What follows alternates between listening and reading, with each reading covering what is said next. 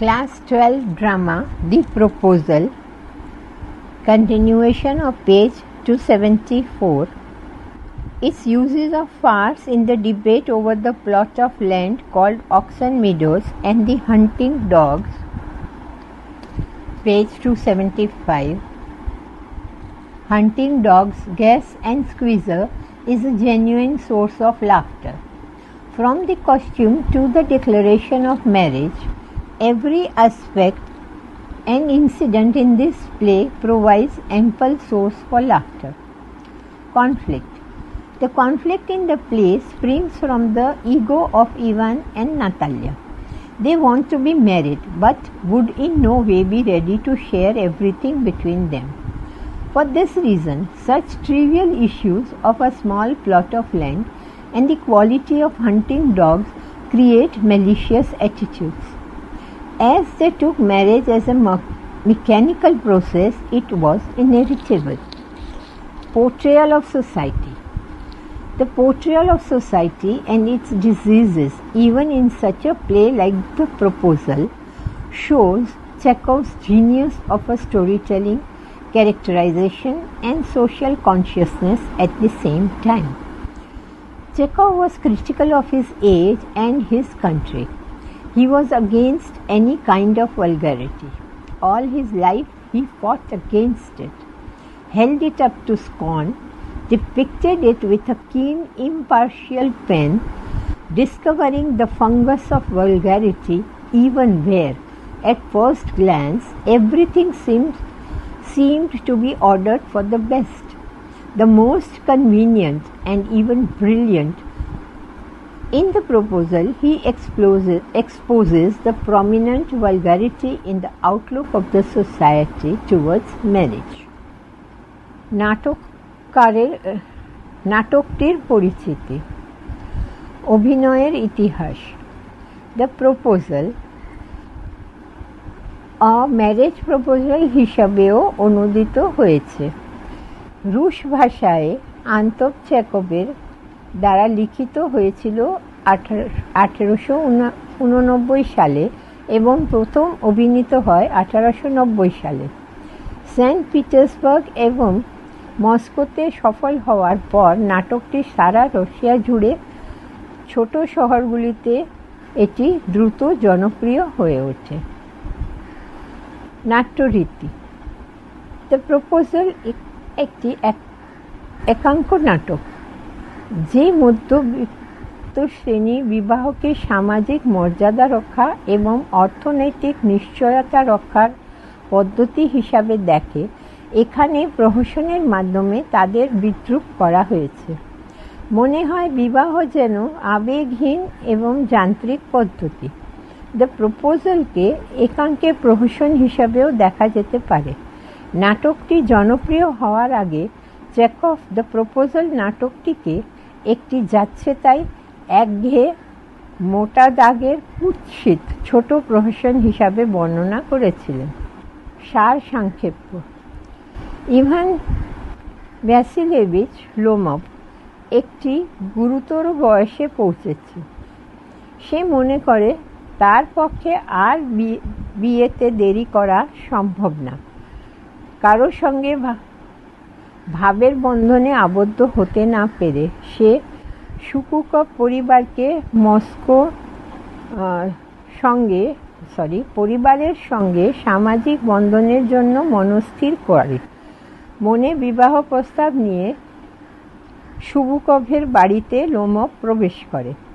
বড়সড় চেহারার, হৃদয়বান, সন্দিগ্ধ ভূস্বামী সুবুকভের কাছে মনের কথা বলা মাত্র সে আনন্দে উদ্বেলিত হয়ে তার প্রস্তাব গ্রহণ করে এবং সব ঠিকঠাক করার জন্য তার মেয়ে নাতালিয়াকে স্টেভানোভের লোমভের কাছে পাঠায়। নিজের মনের কথা বলার আগেই লোমভ অক্সন মেজাজে নাম একখণ্ড জমি নিয়ে অক্সন মেডোজ নামে একখণ্ড জমি নিয়ে নাতালিয়ার সঙ্গে দীর্ঘ এবং তীব্র বিবাদে জড়িয়ে পড়ে। দুজনেই এটিকে নিজের সম্পত্তি বলে দাবি করতে থাকে। আর সুবুকভ এসে নাতালিয়াকে সমর্থন করলে কাদা ছোড়াছুড়ি শুরু হয়ে যায়। ফলস্বরূপ দুর্বল চিত্ত লোমভ বাড়ি ছেড়ে চলে যায়। নাতালিয়া তারপর তার বাবার কাছ থেকে লোমভের প্রস্তাবের ব্যাপারে জানতে পারে আর বর হিসাবে লোমভকে পাওয়ার জন্যে পাগল হয়ে ওঠে। সুবুকভ লোমভকে ফিরিয়ে আনলে নাতালিয়া ক্ষত প্রলেপ দেওয়ার চেষ্টা করে, কিন্তু তারা আবার তীব্র বিবাদে জড়িয়ে পড়ে। এবার তাদের কুকুর গ্যাস এবং স্কুইজার নিয়ে। সুবুকভ প্রবেশ করলে বিবাদটি বিদ্বেষপূর্ণ হয়ে পড়ে আর লোমভ সাময়িকভাবে অচেতন হয়ে পড়ে। লোমভকে জ্ঞান ফেরা মাত্র সুবুকভ ইভান এবং নাতালিয়ার বিবাহ ঘোষণা করেন আর এই আনন্দের ঘটনাকে উদ্যাপন করতে শ্যাম্পেনের জন্য হাঁক ছাড়েন। মূল ভাব। লোমভ ভাবে, কোর্ট, যদি আমি ভাবতে থাকি, দোনামন করি, প্রচুর কথা বলি অথবা প্রকৃত বা আদর্শ ভালোবাসার খোঁজ করি, তাহলে আমার আর বিয়ে হবে না। আনকোট। সুবুকভ চান যে কোনোভাবে মেয়ের বিয়ে দিতে, আর নাতালিয়াও নিঃসঙ্গ। সুতরা বিয়েটা শেষমেশ প্রত্যেকের সমস্যার সমাধান করে। লোমভের কাছে বিয়েটা সামাজিক মর্যাদা বজায় রাখার চাপ, তাছাড়া অর্থনৈতিক লাভও সত্য। বিবাহ প্রথার সঙ্গে আবেগ, অনুভূতি বা ব্যক্তিগত চাহিদার কোনো ঝোঁক নেই। একটি হাস্যকর পথে অন্ধভাবে প্রথাকে পালন করা হয়। বিবাহের প্রতি এই মধ্যবিত্ত সুলভ চিন্তার উপর সূক্ষ্ম ব্যঙ্গ হল প্রপোজাল। কৌতুককর উপন্যাস। চেখভ সর্বদা বলতেন তিনি মজাদার নাটক লেখেন, আর এটা তিনি মনে প্রাণে বিশ্বাসও করতেন। দ্য প্রপোজাল নিশ্চিতভাবেই একটি মজার একাঙ্ক নাটক। সেভাবে প্রহসনকে অক্সেন মেডোজ নামে এক খণ্ড জমির ব্যাপারে আর গ্যাস আর স্কুইজার নামে দুটো কুকুর নিয়ে বিবাদে ব্যবহার করা হয়েছে, তা নিশ্চিত হাসির উৎস। পোশাক পরিচ্ছদ থেকে বিবাহ ঘোষণা পর্যন্ত নাটকের প্রতিটি দিক এবং ব্যাপারই হাসির উৎস। দ্বন্দ্ব। এই নাটকে দ্বন্দ্বের মূল উৎস ইভান এবং নাতালিয়ার অহংবোধ। তারা বিবাহিত হতে চায়, অথচ একে অন্যের সঙ্গে কিছুই ভাগাভাগি করবে না। সেই কারণে একখণ্ড ছোট জমি বা শিকারী কুকুরের গুণাগুণের মতো তুচ্ছ বিষয় নিয়ে বিদ্বেষমূলক মানসিকতা দেখা দেয়। বিয়েকে যেহেতু তারা যান্ত্রিক পদ্ধতি হিসাবে দেখেছিল, এমন হওয়াটি অবশ্যম্ভাবী ছিল। সমাজচিত্র। দ্য প্রপোজালের মতো নাটকে যেভাবে চেখভ সমাজ ও তার অসুখের ছবি তুলে ধরেছেন, তা একযোগে তার অসামান্য গল্প বলার প্রতিভা, চরিত্রায়নের দক্ষতা ও সমাজ সচেতনতার পরিচয় দেয়। চেখভ তার দেশকালের সমালোচক ছিলেন। তিনি যে কোনো ধরনের স্থূল রুচির বিরোধী ছিলেন। সারা জীবন তিনি এর বিরুদ্ধে লড়াই করেছেন, তীব্র সমালোচনা করেছেন, তীক্ষ্ণ নিরপেক্ষ লেখনীতে তুলে ধরেছেন। যেখানে এক ঝলকে দেখলে মনে হবে সব কিছু ঠিকঠাক, সুবিধাজনক বা অসাধারণ, সেখানেও তিনি স্থূলতার ছত্রকে আবিষ্কার করেছেন। তিনি বিবাহের প্রতি সমাজের স্পষ্ট স্থূল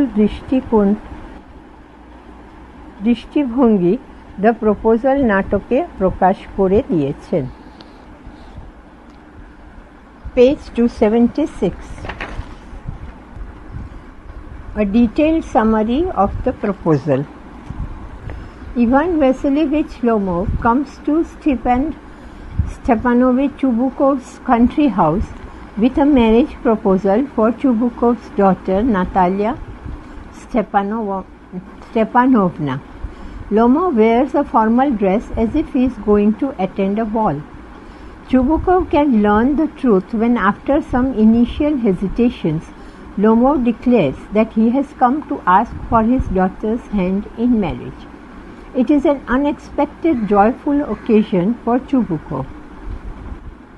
He accepts his proposal with great enthusiasm and goes straight to bring Natalia to Ivan. Lomov has already reached a critical age. He cannot delay his marriage. He thinks that it will be foolish to wait for ideal or real love. It is crucial for him to marry someone to maintain his social status, and he finds Natalia as a ready solution to his problem. Lomov is a hypochondriac. He is too much worried about his illness and insomnia. It seems that he is also a patient of hypertension. When Natalia finds Lomov waiting for her in a formal dress, she becomes astonished. Natalia asks him about stacking of hay and then inquires about Lomov's purpose. Before stating his purpose, Lomov starts a long introduction and in his speech touches a disputed point about a plot of land called Oxen Meadows. Each of them claims that Oxen Meadows belongs to him or her. Lomov presents a long history of Oxen Meadows and tries to establish that it is their property. Natalia strongly denies that and says that Oxen Meadows always belonged to them. This argument becomes more violent later when Natalia says that she will send mowers to Oxen Meadows. When Chubukov also claims that it is undoubtedly their possession, Lomov starts shouting and his excitement makes him unstable. Chubukov warns Lomov for his tone of voice, but Lomov raises his voice to accuse him as a land grabber. Instantly, Natalia asks her father to send the mowers out to the meadows. Lomov warns him to take the matter to court. Then a scandalous quarrel follows, keeping the proposal for marriage far away. They throw mud at each other. Lomov staggers out of the house in rage, leaving behind the excited father and daughter. When Chubukov criticizes Lomov in presence of Natalia for his proposal to marry her, Natalia becomes desperate to bring him back. Natalia, it seems, has not found her man and is very much anxious to get Ivan. Chubukov is puzzled with the burden of such a fickle daughter. He goes out to bring Lomov back. When exhausted, Lomov comes back. Natalia receives him with tender behavior. She requests Lomov to talk of something else and asks him about going for hunting. Lomov is not ready for shooting as his dog Gas has gone lame. He bought Gas from Mironov for 125 rubles, while Chubukov bought Squeezer for 85 rubles. Natalia declares that Squeezer is a cheaper but better dog. Lomov finds it as a ridiculous claim and says that Squeezer is overshot. Natalia says that Gas is like a worn-out cab horse. Then Natalia and Lomov become entangled in another furious quarrel, now over their dogs. When Chubukov attends the quarrel, it again becomes scandalous like the former quarrel. They throw abusive words against each other. Lomov cannot stand this excessive excitement and goes temporarily unconscious. Natalia thinks that Lomov is dead and she goes into hysterics. Gradually, Lomov gets his consciousness back and asks Where am I? Chubukov asks Lomov to hurry up and get married to his daughter is willing so. And get married as his daughter is willing so. They kiss and find themselves happy, and Chubukov feels relieved. Natalia starts her married life with quarrel over dogs, gas and squeezer. Chubukov shouts for champagne for this happy occasion of his daughter's marriage. The প্রপোজালের বিস্তারিত স্মারক সংক্ষেপ। Ivan ভ্যাসেলভিচ Lomov স্তেভানোভিচ শুবুকভের গ্রামের বাড়িতে এসেছে শুবুকভের মেয়ে Natalia স্তেপানোভার সঙ্গে বিয়ের প্রস্তাব নিয়ে। লোমভ এমন সেজে এসেছে যেন সে বল নাচের আসরে যাবে। যখন প্রাথমিক জড়তাটুকু কাটিয়ে লোমভ ঘোষণা করে যে শুবুকভের মেয়ের পাণিপ্রার্থী হয়ে এসেছে, তখনই শুবুকভ আসল কথাটা জানতে পারে। শুবুকভের কাছে এটা অপ্রত্যাশিত আনন্দের খবর। সে প্রবল উৎসাহের সঙ্গে এই প্রস্তাব গ্রহণ করে এবং সরাসরি নাতালিয়াকে ইভানের কাছে পাঠানোর জন্য চলে যায়। লোমভ ইতিমধ্যে জীবনের এক গুরুতর বয়সে উপস্থিত। সে বিয়েতে আর দেরি করতে পারবে না।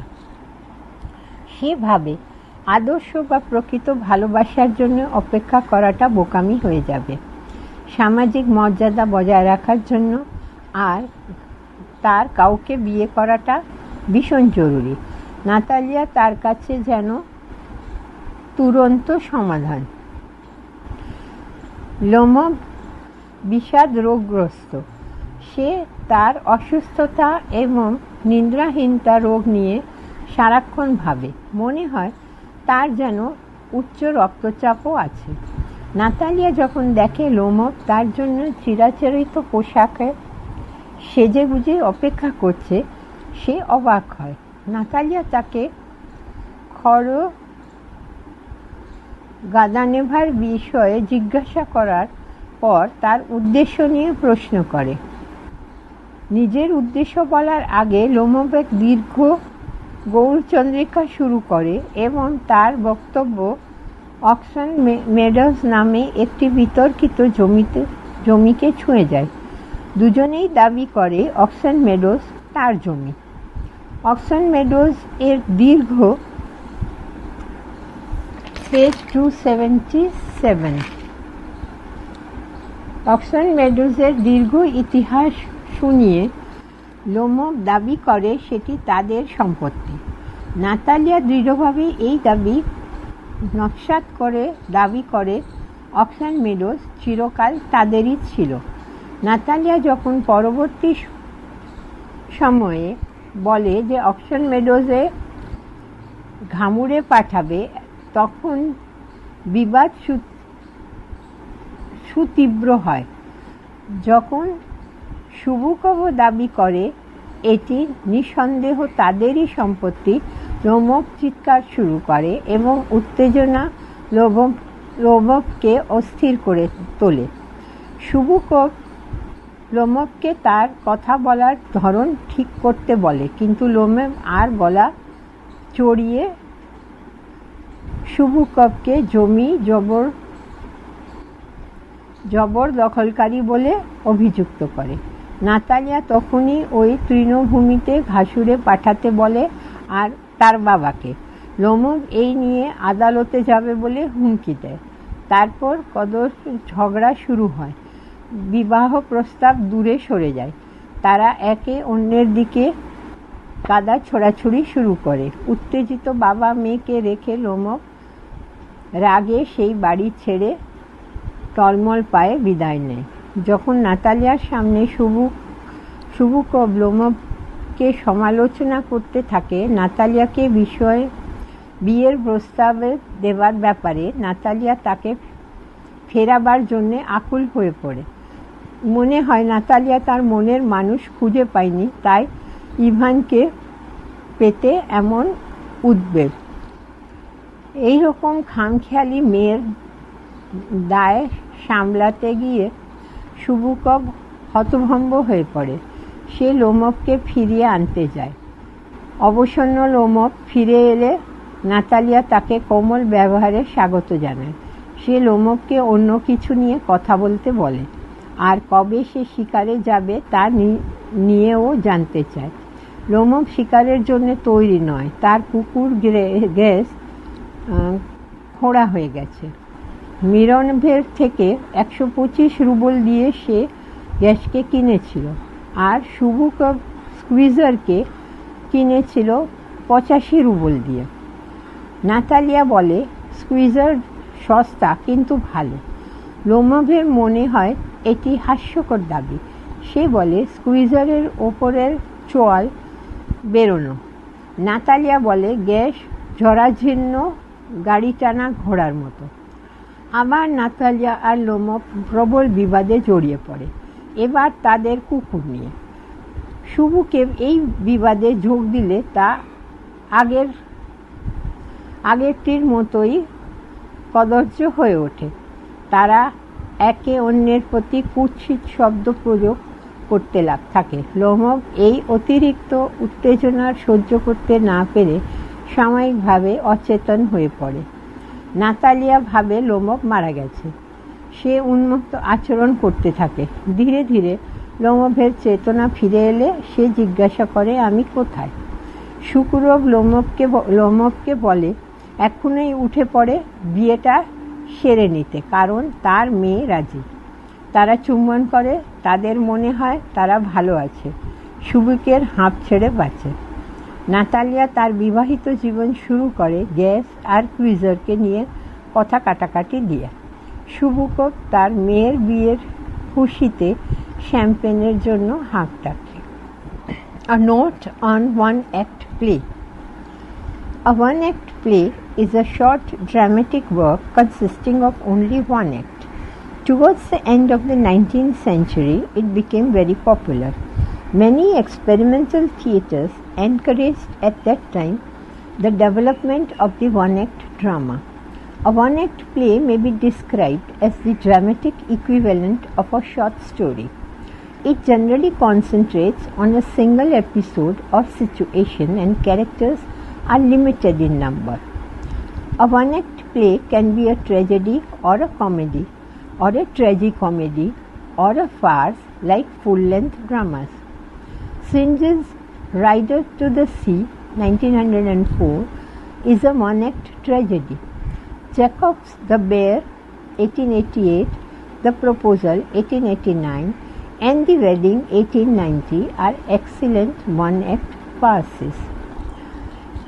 একাঙ্ক নাটক সম্পর্কে দু চার কথা। একটি ছোট্ট নাটক যাতে একটি মাত্র অঙ্ক থাকে তার নাম একাঙ্ক নাটক। 19 শতকের শেষের দিকে একাঙ্ক নাটক জনপ্রিয় হয়ে ওঠে। অনেক নিরীক্ষামূলক থিয়েটার একাঙ্ক নাটকের বিকাশে এই সময় সাহায্য করেছিল। একাঙ্ক নাটককে ছোট গল্পের নাটকীয় রূপ বলা যেতে পারে। এই নাটকে কোনো একটি নির্দিষ্ট কাণ্ড বা পরিস্থিতির উপর নির্ভর করা হয়, আর চরিত্র সংখ্যাও থাকে সীমিত। পূর্ণাঙ্গ নাটকের মতো একাঙ্ক নাটকেও ট্র্যাজেডি, কমেডি, ট্র্যাজিকমেডি, প্রহসন ইত্যাদির ভাগ থাকতে পারে। সিঞ্জের রাইডার্স টু দ্য সি, 1904, একটি একাঙ্ক ট্র্যাজেডি। চেকভের দ্য বেয়ার, 1888, দ্য প্রপোজাল 1889 এবং ওয়েডিং 1890 চমৎকার একাঙ্ক প্রহসন। Notes and annotations. A drawing room in Chekhov's house থেকে shan't be long পর্যন্ত।